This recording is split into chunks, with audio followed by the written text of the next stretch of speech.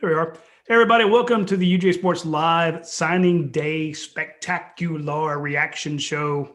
We're basically UGA Sports Live that we normally do on Tuesday. We're doing on Wednesday because we had too many conflicts and we wanted to get through signing day first. And then we knew we had some news coming and we would get to it. So my name's Rodney DeBulsey. For those of you who don't normally watch this at 7:30 on a Wednesday, if you missed the noon, I am your quasi-host. I'm joined by Jake Roost, recruiting guru at UGASports.com, Dane Young, who is our all everything at UGASports.com, all American, all technology, all an analyst, all everything. And of course, the main reason everybody's I wanted to tuning in call this tonight- show Dawn and After Dark. Yeah, Donnan After Dark. And the main reason everyone's tuning in is because Jim Donnan is here. He's the one that gives us the show's built around him. He'll deny it, but we did 500 of these shows prior to him getting here. Not one of them was as good as his worst day on the show. So we thank Coach Donnan for joining us. It's not his. He's just watching the news and doing real stuff, but we pulled him out to actually do a show with us today. So not a very exciting signing day, guys. Pretty calm. I mean, there's only one guy that we're kind of watching, and we'd already told people that Terry and Arnold was going to go to Alabama. So we weren't watching 2021, but the class of 2022 remains red hot. We broke the news last week that Gunnar Stockton was looking at Georgia.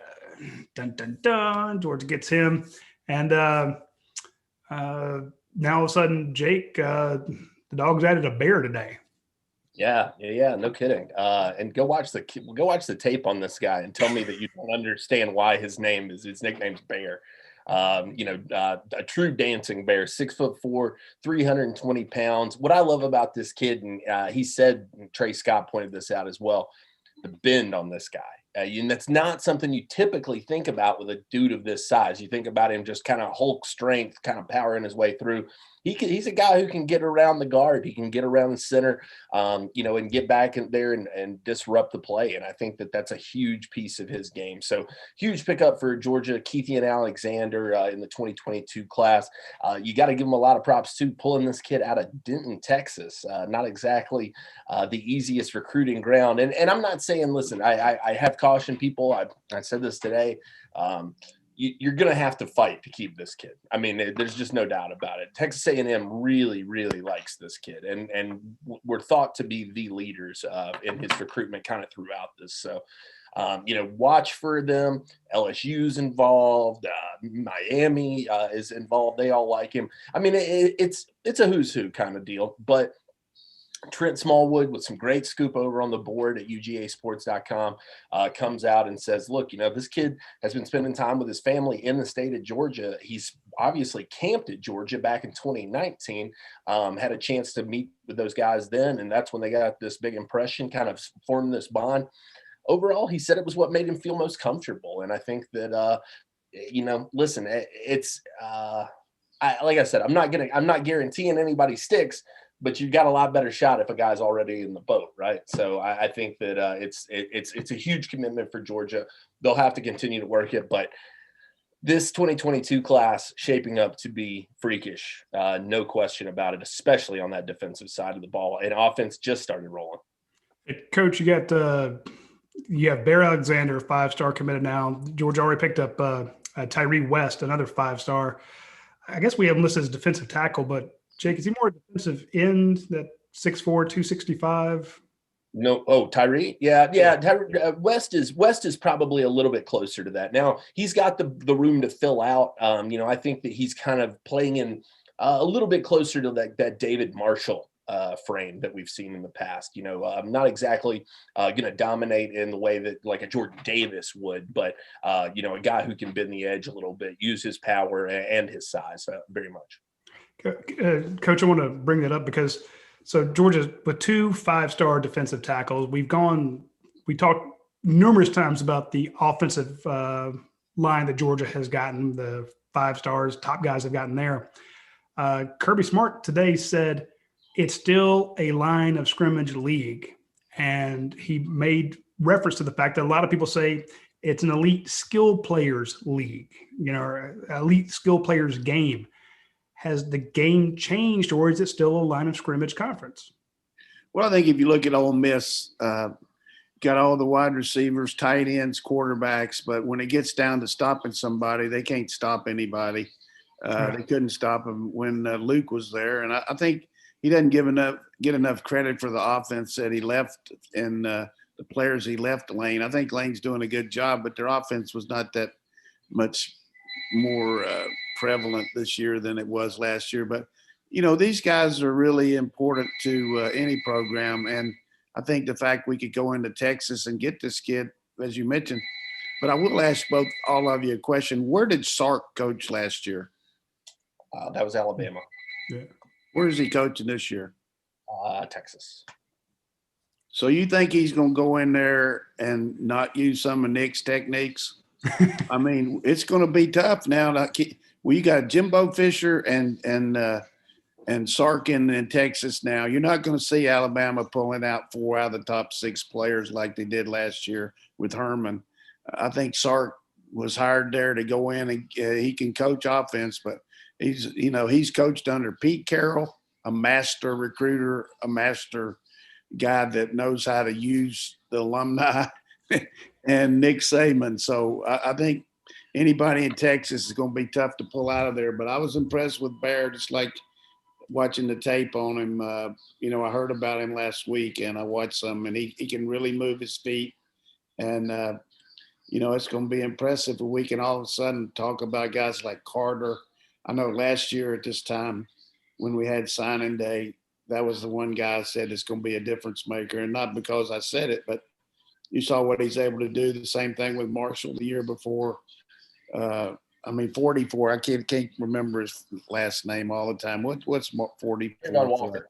Trayvon Walker. Walker. You just talked about Mark. But seriously, our recruiting is just different right now. I think when you look at the reason Alabama, besides its powerful alumni, all that stuff, and jobs they get kids and everything, it's just the fact that the lack of face-to-face hurts you.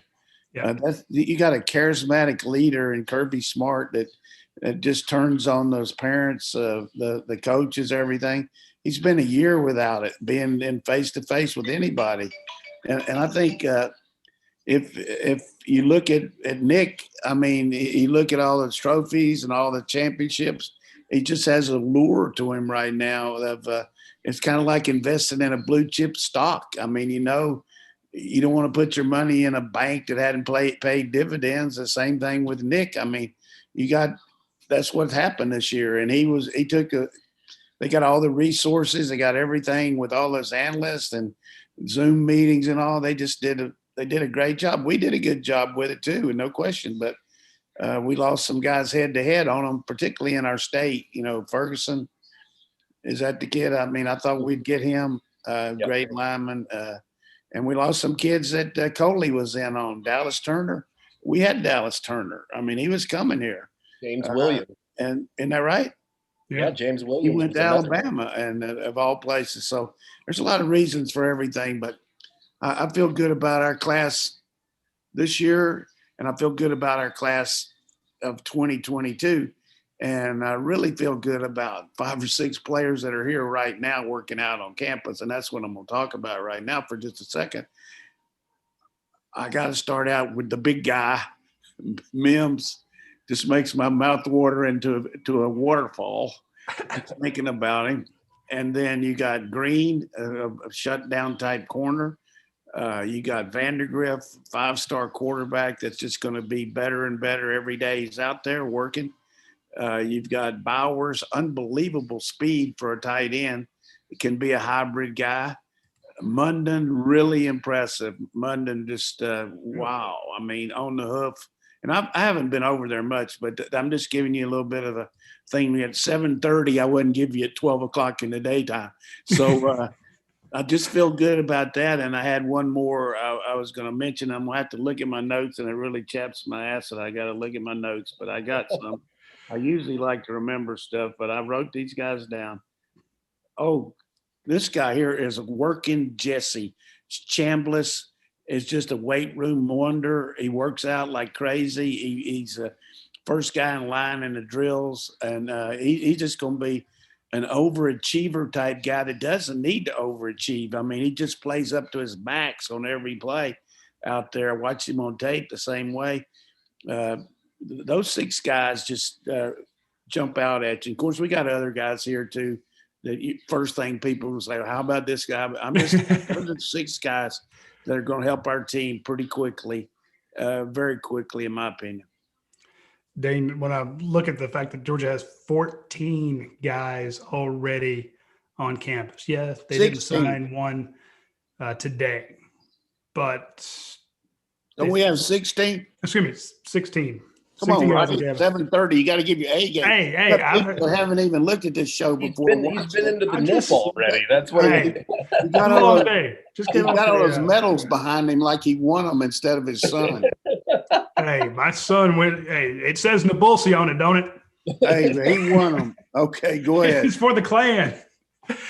Dane, I look at the fact that you have 16 guys already on campus. We're starting to hear stuff. I mean, Coach names those 6 that are kind of standing out. And again, you'll hear we'll get scoop and stuff. And some guys have had you've had some great scoop on guys that have had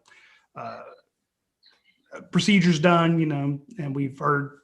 I mean, the buzz that's coming out about Amarius Mims is off the charts. Today, Kirby Smart mentioned Chambliss, you know, as one of the guys when he mentioned Small Munden as, you know, linebackers when he was asked specifically about the linebackers. The fact that those guys are here, I'm not saying that makes up for the fact that you missed out on one of your defensive back targets today, and, you know, they're going to be going through the portal to try to find one. But the fact that you've got all those guys here, you have a Green, as Coach says, a shutdown corner who's working now. You have Keely Ringo, who's working now. Jalen Kimber, who's working now. Granted, you know, those 2 were freshmen last year, but you're getting to throw your other defensive backs into the mix, and you have a new defensive backs coach, which we also let people know about last week. And Kirby mentioned him today. You can check out that story, UGASports.com. I just got to think, if you're a Georgia fan, you got to be you temper your disappointment today with not getting Terry Arnold with the fact that, you know, Green's here, Keely's healthy, Kimber's working, Major Burns is working, you know, Lewis Sean's back there. I'm not saying secondary isn't an issue. We got a story coming first thing in the morning about the secondary, but the fact, to me, it was a win to get the 20 guys that you did. You have a top 5 class in the nation, but you also have 3/4 of it on campus today. I think what can't be lost is not just the true freshmen coming in for this roster management, but it's the guys that had an opportunity to leave and decided to stay. Jamari Salyer, Justin Schaefer, offensive lineman. So, yeah, we're talking about an Amarius Mims who is talented enough to play on an already deep offensive line during his freshman season. But there are some other guys that returned that are going to be crucial for Georgia. Would have had opportunities either through the transfer portal or, in the case of a Salyer, he would have been drafted to the NFL, probably late, and he'll probably get a stock up a little bit higher by coming back. But, you know, you start looking around at the different positions, and you're like, oh, James Cook's back. Zamir White, he's back. The entire running back room is back. Wide receivers, it's pretty much, you know, the same thing. And then you have Dominic Blaylock coming back too. That's why you hear all the excitement about the offense. And the position of concern is defense, and specifically at cornerback, just because you do lose 3 guys that have started there. But that's where a guy like Nyland Green may end up being the most important recruit in this class, only because of the position that he plays. If he really is that good, because he's going to have an opportunity to play right away. Jake, I would imagine that defensive back, transfer portal, something between now and summer, if there's a spot, you'd have to think that's where some more depth could be coming, right?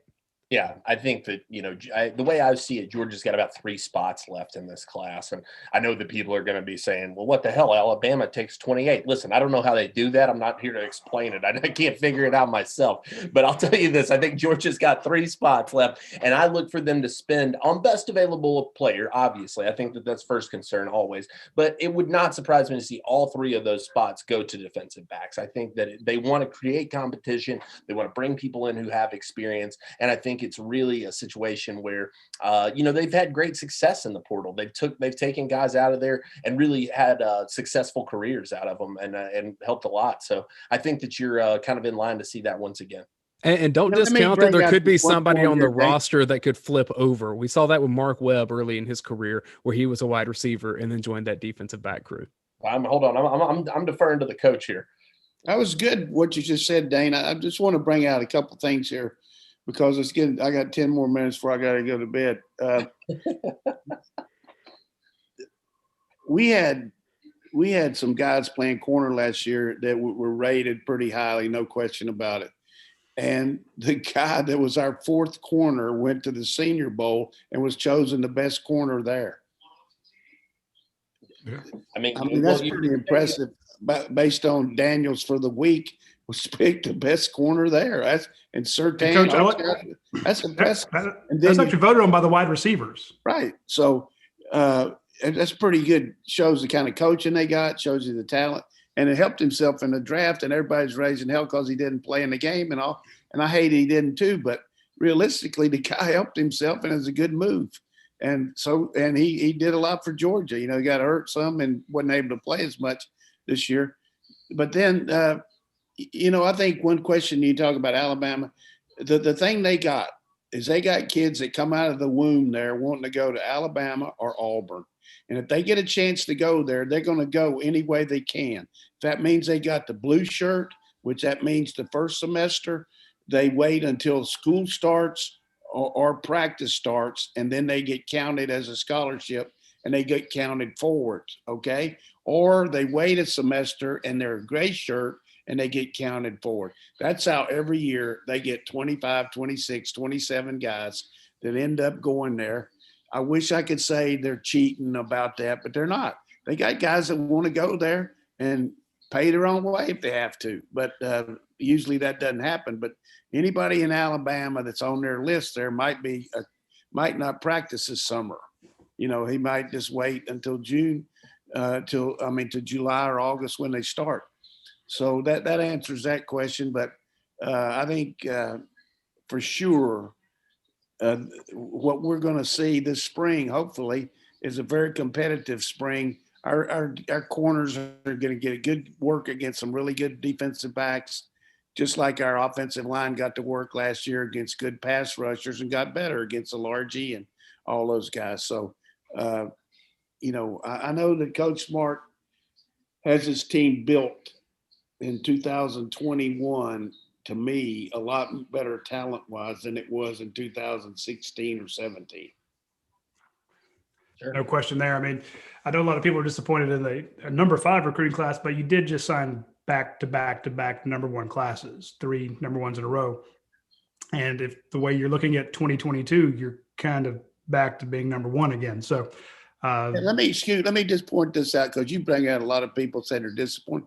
If you're disappointed, I understand that. But let's look at the reasons here. Your recruiting guy is a number 1 closer, number 1 guy in a home, number 1 guy around coaches in high schools, number 1 guy in a helicopter, number 1 guy for going all the way across the country and everything he does. And he didn't get to do that one damn time. Yeah. Not once. No, I agree. He didn't do it one time this year. Yeah, when you're coming down to the guy we got for 2022 that talked today said part of the reason he came here was because in 2019 he visited the campus and was enthralled with Tre Scott and Kirby Smart. How many guys are even visiting now in this 22 class? Not many. So excuse me for interrupting, but that really chaps my ass. I get the frustration, and I always tell people we could go back to, and this is not shot against Coach Rick because people know I love Coach Rick, great guy. But yeah, you might get some players on signing day, but that's because you didn't lock them up in December, and it's very unlikely that you weren't going to win as many head-to-head battles as Kirby Smart has.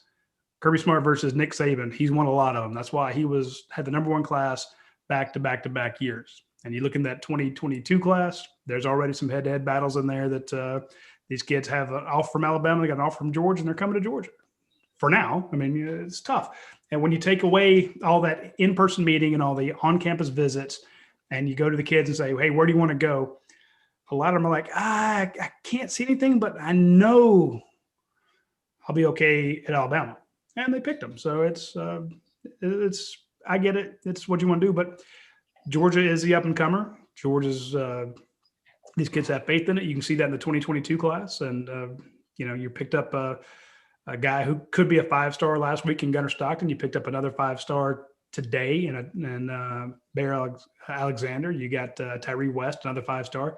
You got a bunch of highly ranked 4-stars. And anyway, I'm never going to give Kirby any grief about recruiting. It's kind of pointless. I do want to mention, for somebody who's successful year in and year out in what they do, I do want to mention our friends over at Athens Ford. If you get a chance, swing by athensford.com.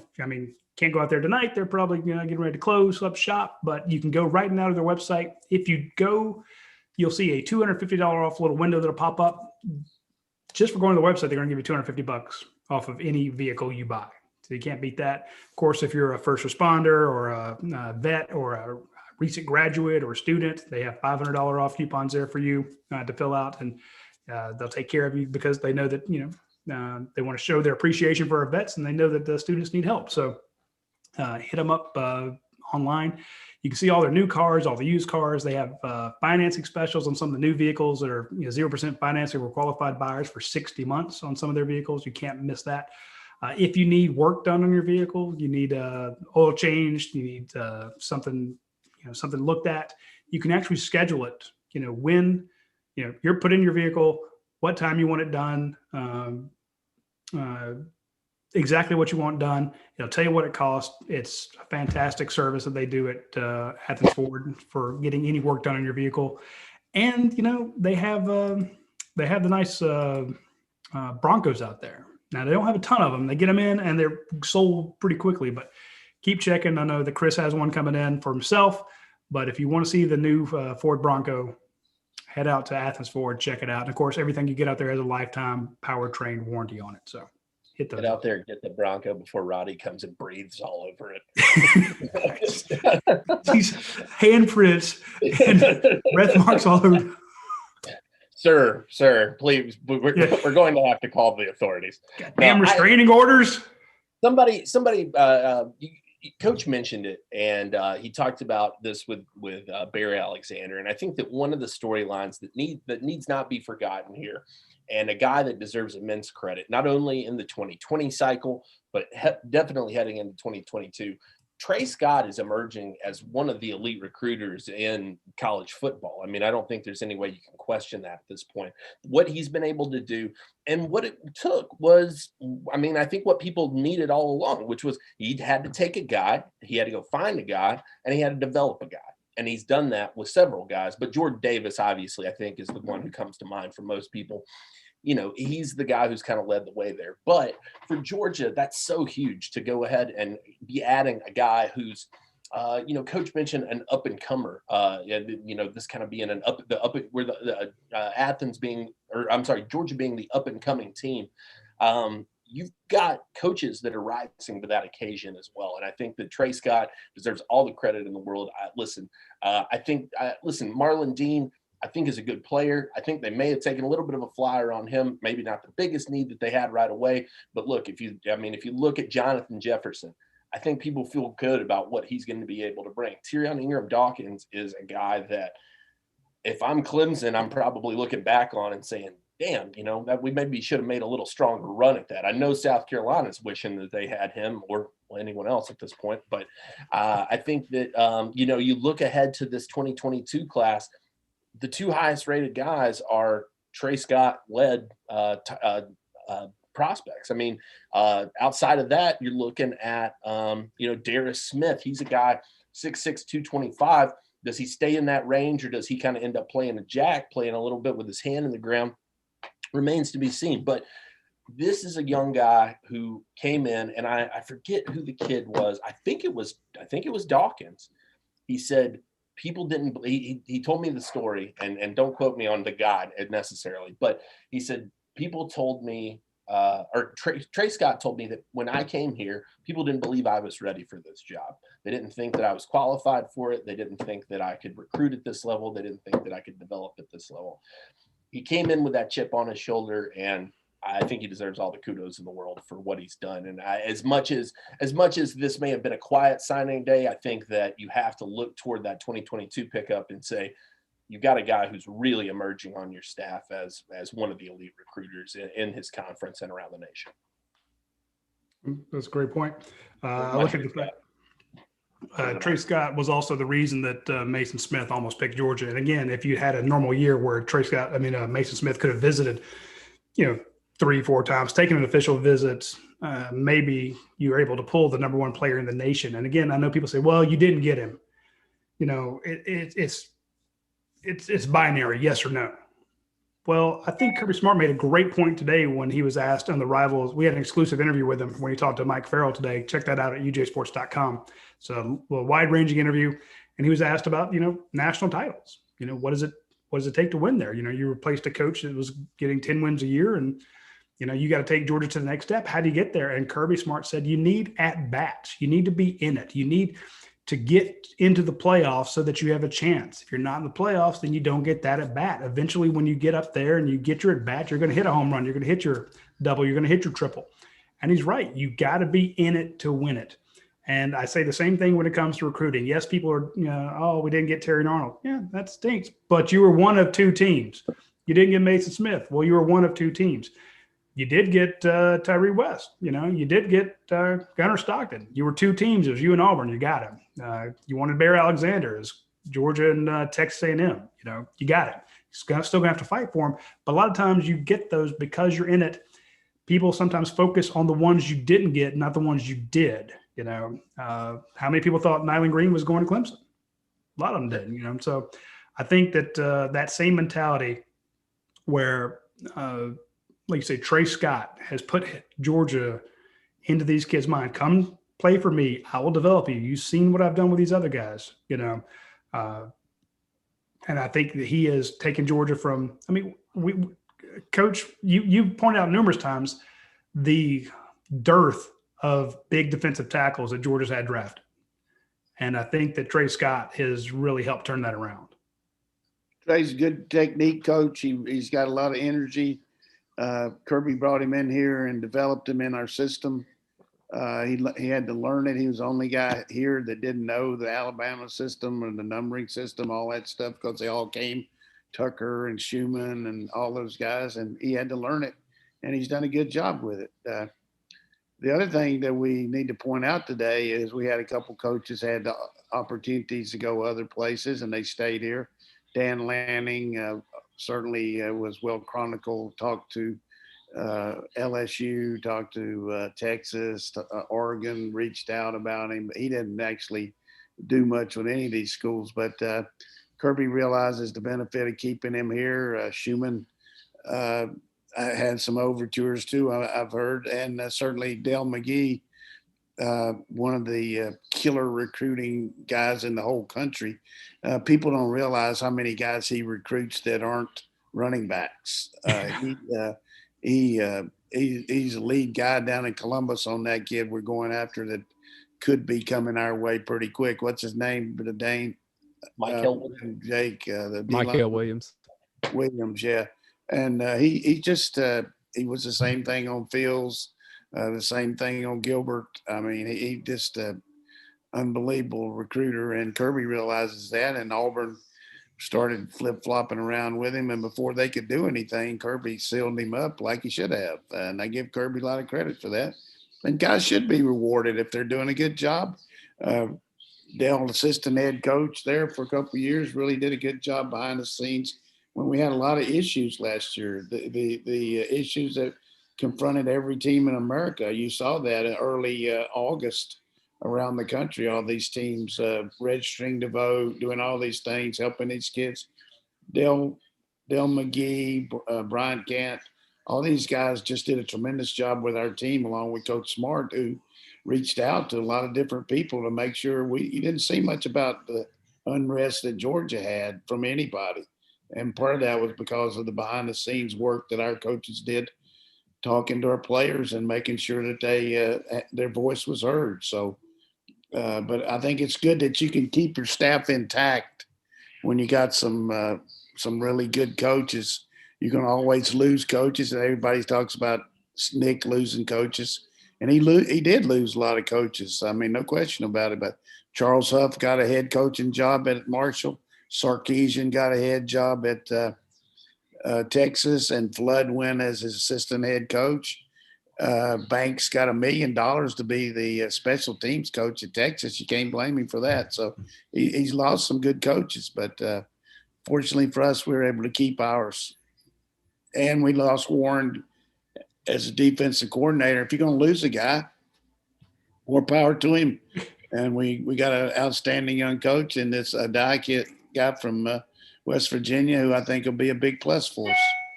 Well, and I think a couple of things that Kirby Smart deserves a lot of praise and credit for. One is Jamal Adai. A couple of reasons. He obviously knows that Washington, D.C. area where we've seen a lot more recruits come from D.C. and Maryland and the likes of that area around there. But also Adai originally from Florida. And when James Coley left, that opened up a bit of an opportunity for someone that has ties to Florida as well to come in for Georgia and recruit that area. So I think that that's something that Adai can really help out with. We've seen so many great defensive backs come from the state of Florida that have played at Georgia.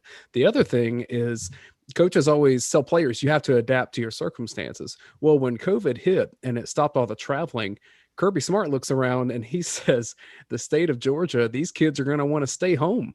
And so he kept a lot of guys in Georgia that may would have looked at overtures elsewhere. You mentioned, Roddy, that, maybe a guy like Mason Smith would have left Louisiana for Georgia in no more year. Well, maybe a guy like Amarius Mims looks outside of Georgia in another year. Absolutely. I have no idea.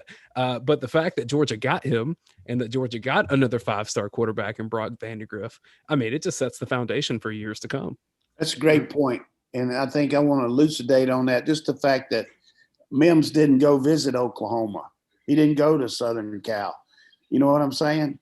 Yeah. And that makes a lot of difference. He came to Georgia about 15 times minimum, and he started when he's a sophomore. So very, very good point you made there about as far as locking down your own state, and which is hard to do. Everybody coming in there and hitting hard on it, and it's just part of the deal here.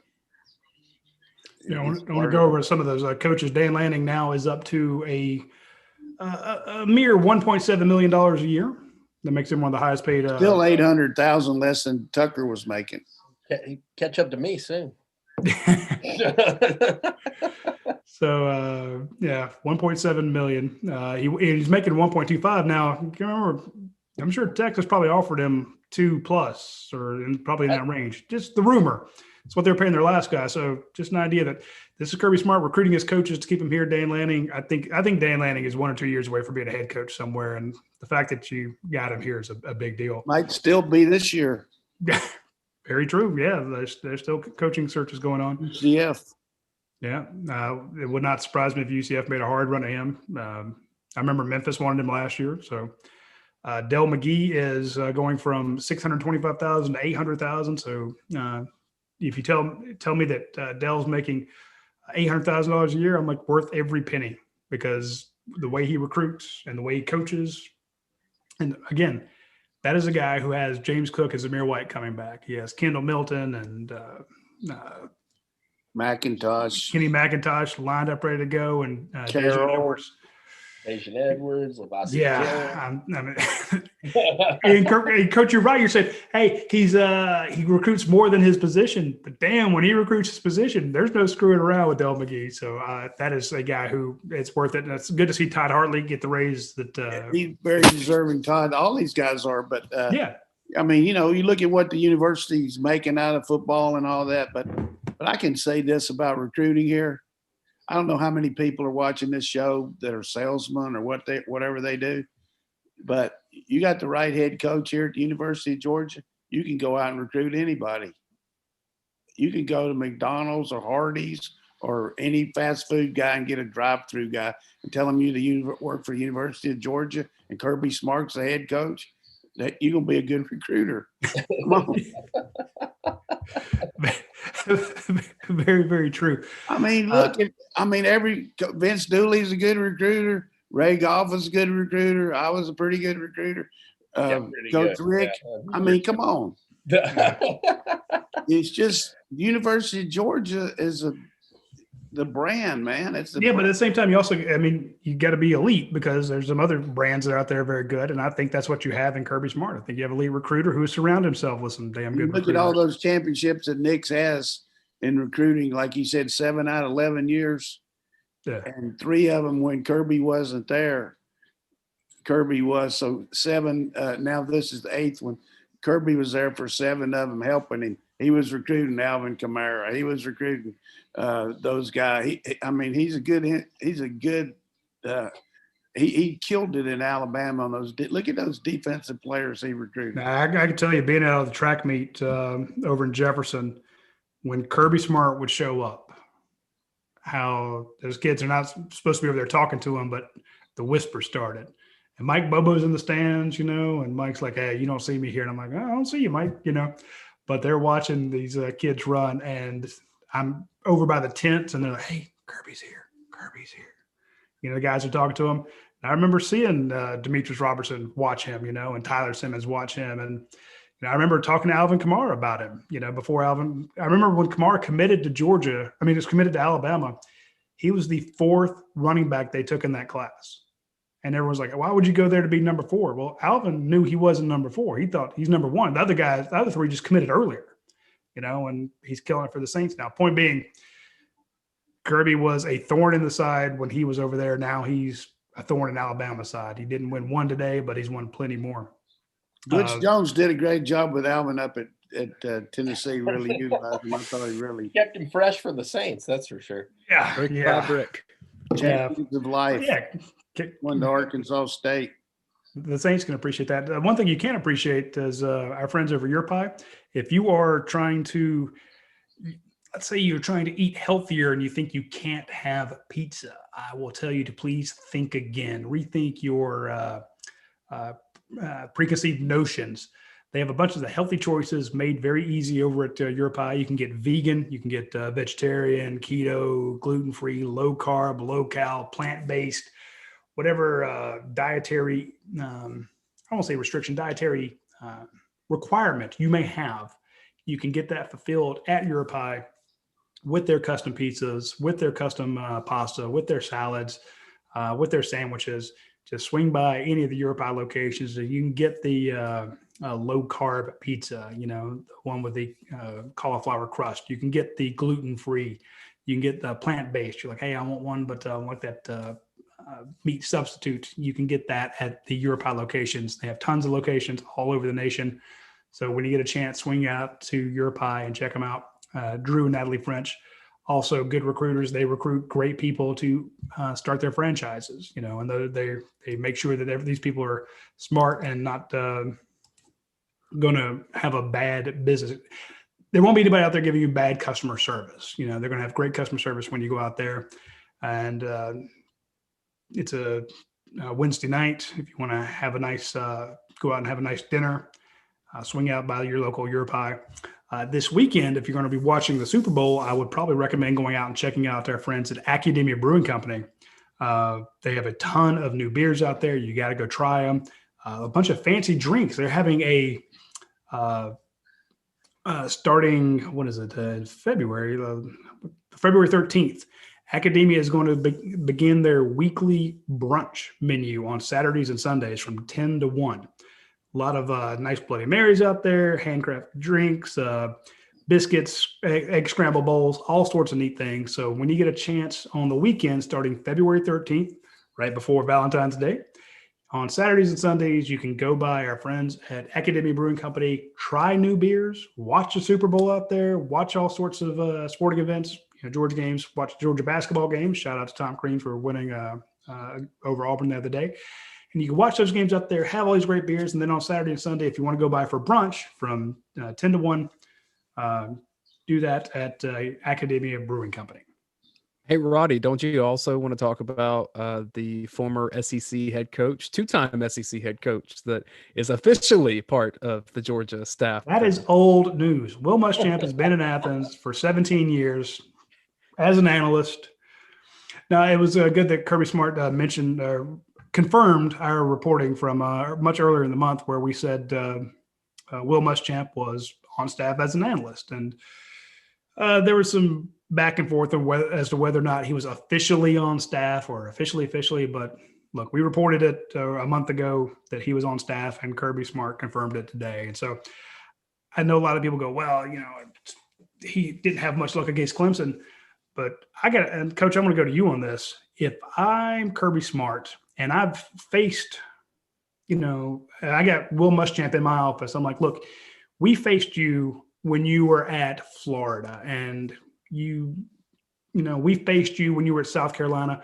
What did you do against us that worked? What did you see in our tendencies that you were able to exploit? What did we do that was successful? Oh, and by the way, you've gone up against Clemson. Didn't have a good record against them. Here's what I'm thinking of doing against Clemson. Where will that work? To me, it just seems like that is a great mind to pick when it comes to self-scouting and scouting other teams with Will Muschamp in the room with Kirby Smart. Yeah, you just look at the pluses on Will. He was a defensive coordinator at Auburn, at LSU, at Texas, the head coach in waiting at Texas. He was within one play of playing for the national championship at Florida. His second year, Notre Dame was playing Southern Cal out there, and if Southern Cal scores on the 2-yard line, Notre Dame loses, and Florida goes to the national championship game. And, he just never could get a quarterback at Florida that worked or offense that worked. And then at South Carolina, I got it going a little bit early on. They beat Michigan. And then the last couple of years, just been going downhill, built some really good facilities.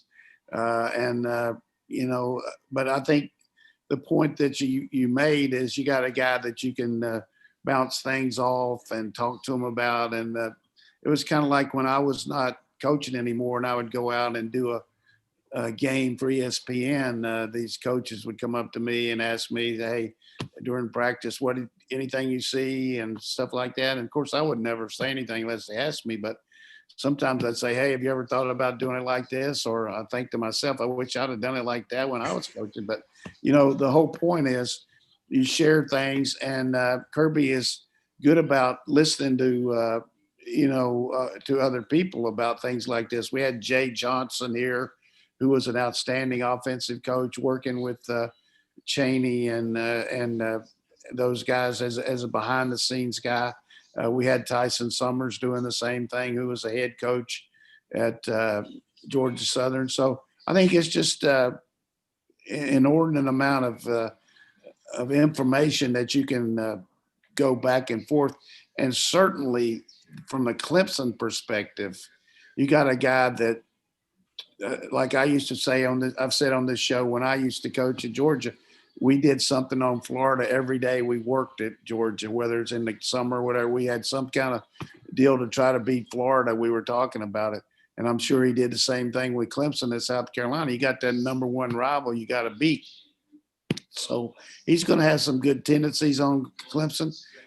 2 years ago, the last time they played him, they scored like 40-some points on Clemson. They couldn't stop him, though, but Bentley had a heck of a game. So I know he's got some good things on Venable's defense and things like that. So it's just, I don't think I've ever heard of a guy that's been a head coach in the same division as you are 7 of the last 9 years or 8 of the last 10 years. And now he's helping, you in the same division. I think that's really good. And even if he's not working here, I don't know if he's working. Has anybody said he's working here yet? Just kidding. Hey, but I tell you, the other thing that's good for Will, I think, is he's going to learn from Kirby. He's going to see some other sides of the fence too, that maybe, hey, just like I said, look yourself in the mirror. You still got a great life ahead of you, Will. You got a chance to interact with both your sons. You're going to get to watch your son play his junior and senior year. Athens Academy is benefiting from the fact that his son's moving in here and play quarterback. I don't know if he'll win the job or not, but you got a life beside football too. And I think certainly going to help him to be, kick back a little bit. I know he'll still go 100 miles an hour, but kind of be nice on Friday nights to go watch your son play once. No, that's a great point. I didn't think about the fact that, yes, Will Muschamp has scouted and faced Tennessee all those years in South Carolina. And, he was at South Carolina. He knows the player and personnel over there, and he knows Vandy, and he knows everybody else, and, how to take on Missouri. So, yeah, that is a brain trust worth having, and having, spend some time in Athens. We did report, like I said, a month ago that he was here. Kirby said he's already working. And I think as much as people got mad at him, when he was the head coach elsewhere. Look, everybody's welcome to come back home, so glad he's here, and glad we were able to break the news. He's a Georgia graduate. Exactly. Well, and now we're welcome back, Agent Muschamp. Yes. We're 5 years into Kirby Smart's tenure, and he's got 2 former SEC head coaches on his staff, with Matt Luke included, and he's got former assistants, Sam Pittman and Shane Beamer, now head coaches in the conference. So plus Todd Munkin's a head coach too. He was it's really and we got an outstanding analyst on the offensive side in Buster Faulkner, who has been a coordinator at Middle Tennessee, at Southern Miss, at Arkansas State, done a terrific job helping Coach Munkin.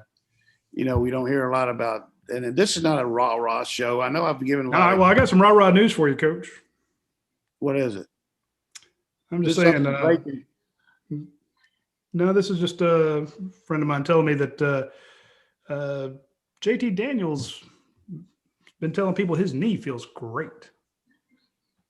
So best it has in a long time. I hope so.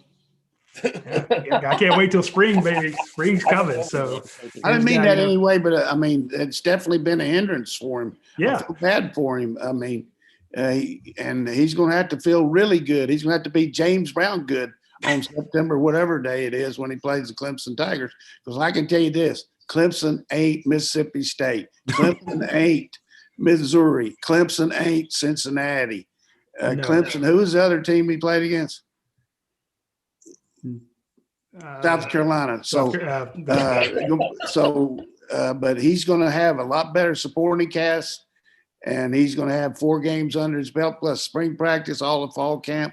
He'll be ready to go, and hopefully his knee, whoever he's telling his knee is good. I hope he does it with like those slogans he puts when he's talking about the basketball team.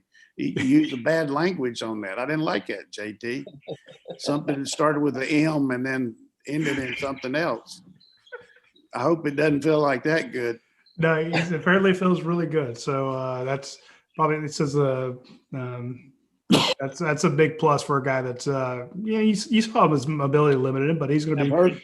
I've heard also through the grapevine that Beck has really improved his quickness a little bit over the last 3 or 4 months, working hard on that. And he's got the arm, he's got the accuracy, and that's going to be a real fight for the number 2 job between Beck and Bennett and Vandergrift. That's going to be good competition there, and it's going to keep Daniels on his toes too. Yeah, I like it. I know a lot of people worry about the quarterback spot, but I'm feeling much more bullish on quarterbacks now than I was before. Speaking of being bullish, I'm bullish on one of our big sponsors. That is Aaron Overhead Doors, AARON Overhead Doors. They take great care of us. They sponsor not only our podcast, but our website and our 321 columns. Whenever I get around to writing them, I'm kind of slacker on that, but and it's probably good for them because they don't need to be associated with it. But our friends at Aaron Overhead Doors are a pure customer service driven company. That is their first and foremost directive, is to take care of you. The garage doors and everything else comes second. Customer service is what they sell right off the bat. They have a huge service area. They're all over Gwinnett, Cobb, Barrow, Stevens, Jackson, North Fulton, Dawson, Habersham, Hall, DeKalb, White County, Oconee County, Clark, Cherokee, Walton. I think I said Forsyth. But huge service area, and you can get a consultation with them for free. You can go online, go to aaronoverheaddoors.com, and they will. You can put in, hey, here's my contact information. This is when I want you to call. This is when I want you to come out. You can schedule a consultation with them. They can do all the repairs, replacements. They got a garage door opener that's not working, they'll fix it. They'll replace it. You want the little buttons in your visor coded to your opener, they can do that. If you have commercial work you need done, they can also do that as well. So check out our friends at Aaron Overhead Doors. Ryan Lucy and the folks out there take great care of us. Also, if you're in South Georgia, you're down around Liberty County, Long County, Bryan County, reach out to DR Construction and Maintenance. Reach out to our friend Ronnie Brown, also a big sponsor of our show, a guy that does great reconstruction work, great construction work, remodeling work, just pretty much you name it, DR Construction and Maintenance can do it. Ronnie Brown is the guy, huge Georgia fan. Bring him out, talk Georgia football, then hire him to do the work you need done in Liberty, Bryan, and Long counties. He will take care of you.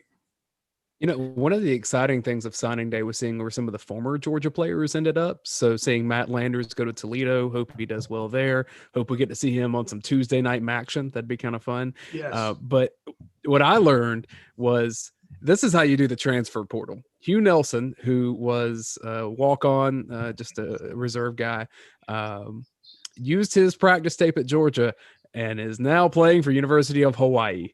Now that is how you transfer portal. Well done. Well done. And I will say this about Hugh. Back when we used to get to go to practice, I'll be taking pictures, action shots, and Hugh was always running with the scholarship guys. So they consider him a walk-on, but this is a guy this wasn't a backbencher. He's actually pretty talented, and I'm excited to what he can do at Hawaii. So congrats to him. Hope Matt Landers has a heck of a career. We saw John Setter, the quarterback. He's transferred now. Where did he go? I just SMU, I believe. Yeah, SMU. So we put him on the put that note up there. You just wish the guys that have transferred out all the best, and I think that the Hugh Nelson though going to Hawaii, that's a good move. Oh, Prather Hudson went somewhere too. Where'd he go?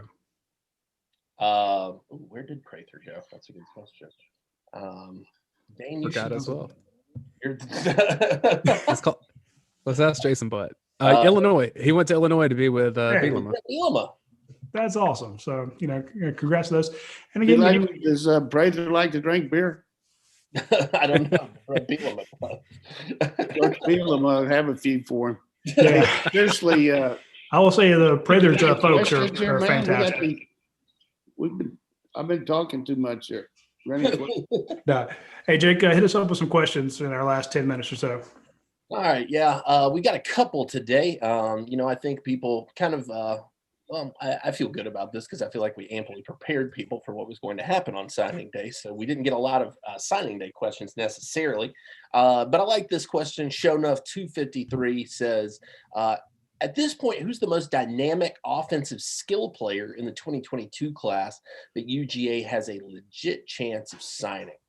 And I really like that question. I was looking over the list, and I'm going to lean toward the guy who jumps off the page to me, and is probably Travis Hunter out of Collins Hill. I think Travis Hunter is going to have a chance to push for the number one player before all's said and done. He's that special of an athlete. He's a do-it-all kind of guy, great cornerback, great defender, but also a hell of a receiving threat as well. Georgia has an uphill battle there for sure. He's an FSU commit. He's from Florida originally. And I'll tell you this, he understands the interview game about as well as any kid I have ever spoken to, because he made sure with all my evasive maneuvers he always managed to get back in but I'm committed to Florida State. And so his media training has served him well. But Travis Hunter, definitely a guy I think that Georgia fans need to keep watching throughout this. They're going to keep pushing for him.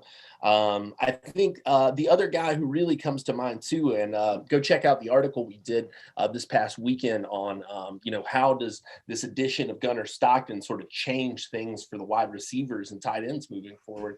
I think that you got to look at a guy like Kojo Antwi out of Lambert High School. I think that he's a guy, 4-star wide receiver, just a guy. He climbed 68 spots in the last Rivals 250 re-ranking, and looks to be destined, I think, for even higher climb. I think that he's a guy who can finish really high, and Gunnar Stockton is a huge deal for Kojo. He's also a huge deal for Sam Mbake at Brookwood. He's also a huge deal for Denylon Morissette at Brookwood.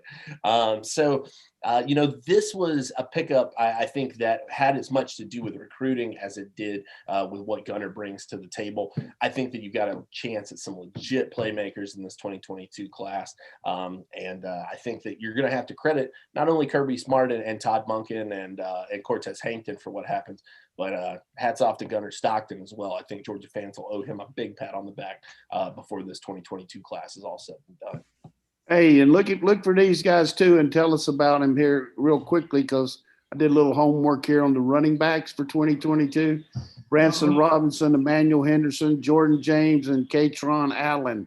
Yes, yeah, all four of those guys. How about that first four guys for you, man? Definitely. Look at the coach bringing the heat. Four guys in the mix for sure right there. Branson Robinson, has come out. Sam Spiegelman did a great piece with him the other day. He said, look, Georgia's in touch all the time. They're telling me that I'm one of the top needs in this class. You've got to assume that they're going with two backs in this one, so they're going to have to recruit it hard. Katron Allen's a guy I know they really like as well. You look at Emmanuel Henderson. Everybody loves that guy. The only question you've got about him is whether or not he's going to end up getting pulled out of the state of Alabama or not. I mean, that's anyone's guess at this point.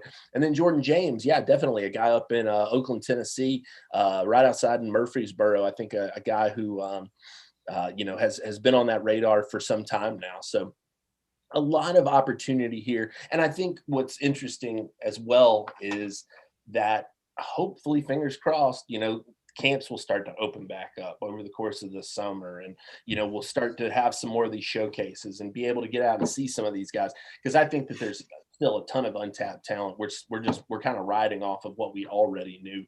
But there are guys out there who are hungry for the opportunity and are probably ready to flourish as well.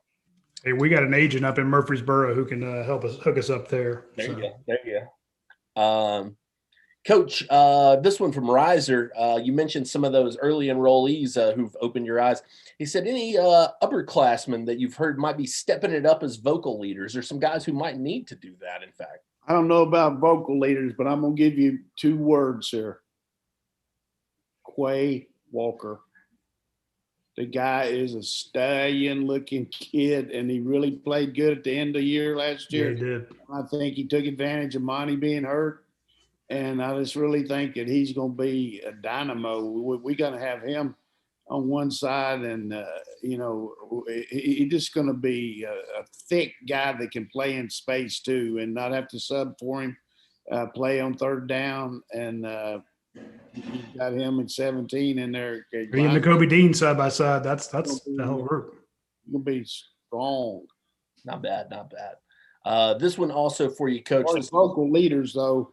Yeah, I'm going to answer that. I think the fact that White came back, he gives you an instantaneous guy that everybody, just by his role model with two ACLs, the way he works, the way he practices, the way he works in the off season. The same thing with James Cook, and then in the O-line, Salyer, the same thing. Is just a really good leader and vocal guy that people look up to. Defensive line, the fact that.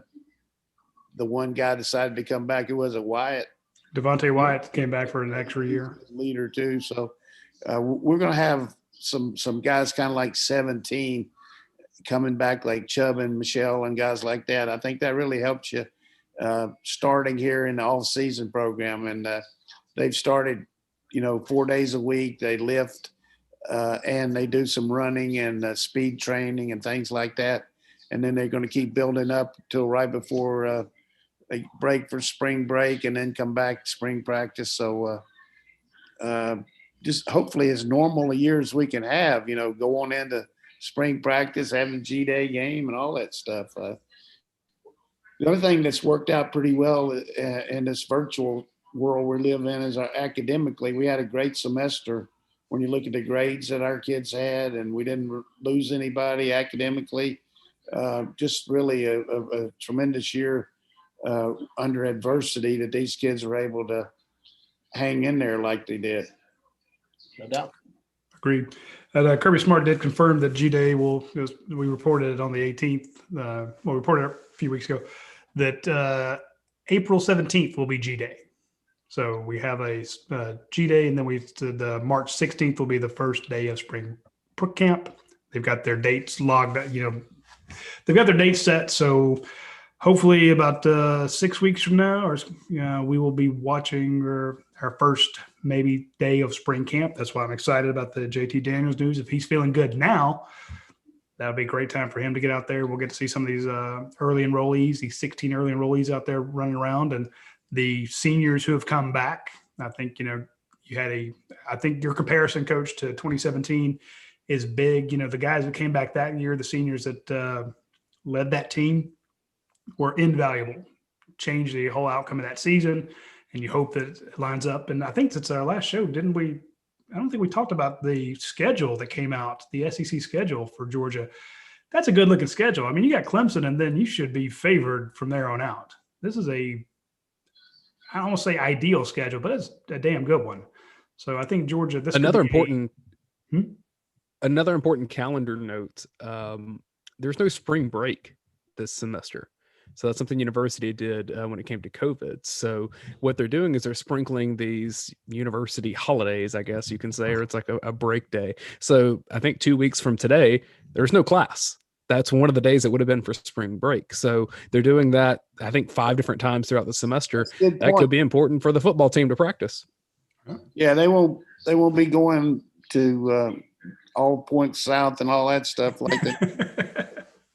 But hopefully nobody will be eating those brownies, and they can all come back and have a nice little, all stick around town and have a good spring camp. I know Kirby will be excited about that.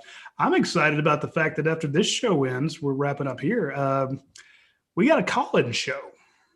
So we've done this in the past where Paul and our man Trent Smallwood, so Paul Meharry and Trent Smallwood get together, and you can basically call in, shoot the breeze with those guys. I'll probably call in and give them all sorts of help, especially about Paul's awful beard. And we're going to do that each week, where those guys will take calls in the evening once a week. I don't think we quite set the schedule for it, but it's something we did in the past, and I want to get back to it because I think sometimes it's just fun to call up the UGASports guys and give them hell, talk recruiting, talk team stuff. Trent is a great insider. The guy breaks a lot of news, and Paul is, he's our 17-year intern. But no, Paul's been around. He's written a lot of stories for us. Paul's part of the family. We love him to death. And that is a guy who does a great job representing UGAsports.com and helping us when we're at camps. He's been all over the nation with us when it comes to recruiting. So between the two of them, they will be able to break down recruiting and team stuff. They also do a lot of team analysis. They're the guys that do the grades. They do film breakdowns. Check out Trent's film breakdown of Bear Alexander today. That's double team swim move.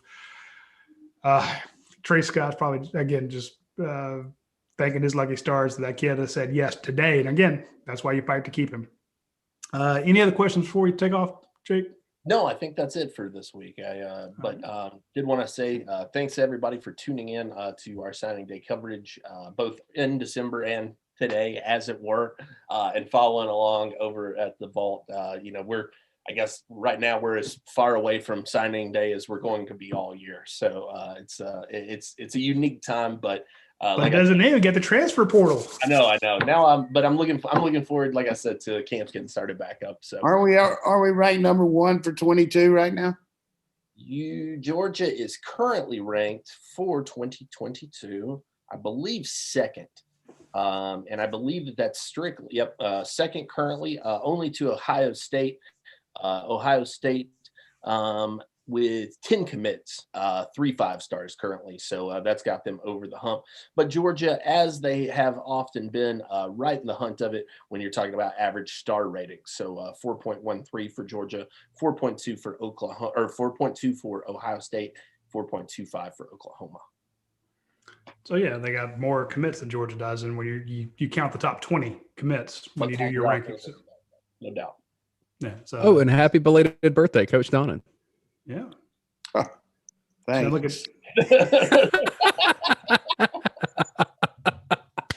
fourth quarter on this old boy right here now.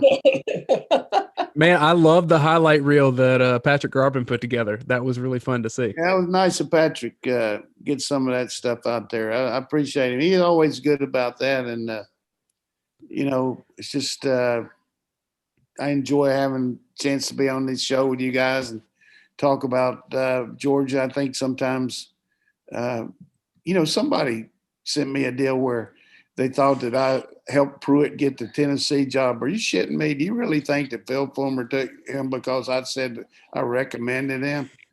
I mean, I'd recommend him again. The guy's a good coach. He got fired because he supposedly they got some hotel rooms for kids there on unofficial visits. That's what I heard. So, but come on now, I wasn't trying to help Georgia by getting Pruitt up there. I mean, I owed the guy. I thought he did a good job for us. So, but I guarantee you, I didn't get him fired at Tennessee because I recommended him. Come on, God. Yeah, it's the rumors of the coaching. I mean, it's the coaching rumors and the recruiting rumors. Coach doesn't even eat McDonald's. They're wild. But that's okay. Coach doesn't even eat McDonald's. Everybody can have any opinion they want to about me, but I did have to say that about Pruitt, though, because I'm just going to tell you right now, he's one of the best assistant coaches in 40-some years, 50 years now, I guess, that I've been around. He's one of the top assistant coaches I've ever seen on the field coaching kids. So that's a pretty good – I mean, I've seen a lot of good ones, and certainly Kirby's the same way. I didn't see him that much as assistant coach. He's a good coach. He'll do good in pros. Well, it'll be interesting to see how Tennessee adjusts. They got better players there now than what they had when he got there, although a lot of them are leaving right now. Yeah. He got 20-some in the portal. That's a lot. I mean, the SEC East with the Tennessee and Vandy in South Carolina, Missouri. It's again, I go back to the schedule. Georgia's basically got three games next year. You got Clemson, Auburn, and Florida. And you might say that, but we lost to South Carolina. Yeah, again, but you should have won that one.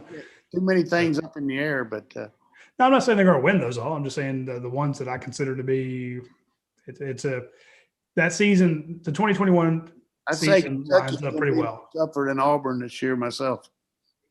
Yeah. Would not shock me. All right, that's all the time we have today, folks. Tune in next Tuesday. We'll be back on our normal schedule, but stick around and check out the call-in show, the UGA Sports call-in show with Paul Meharry and Trent Smallwood. Call in, give them 9 types of help. Is that tonight? Tonight. God, these have been hurt. This is UGA been hurt. Hey, those guys have to work during the day. I put them to hard work, and this is their off time. Make them work during the night. Let's call them up. All right. I'm going to ask you a couple questions.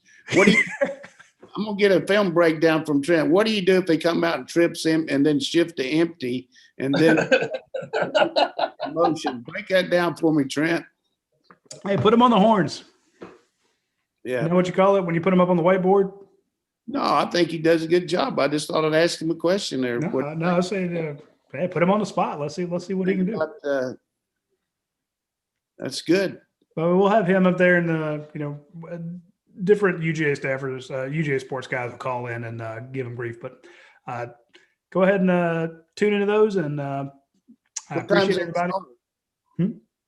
What time does that show start? Right after this? Right after this one, we'll give them the keys to the YouTube channel and let them go at it. How long does it last? Until they stop getting calls, or till Trent gets called away for his kids. Whichever comes first. Good. He'll probably put the kids to bed by now. But everybody tune in to those guys next, and we will see you next Tuesday.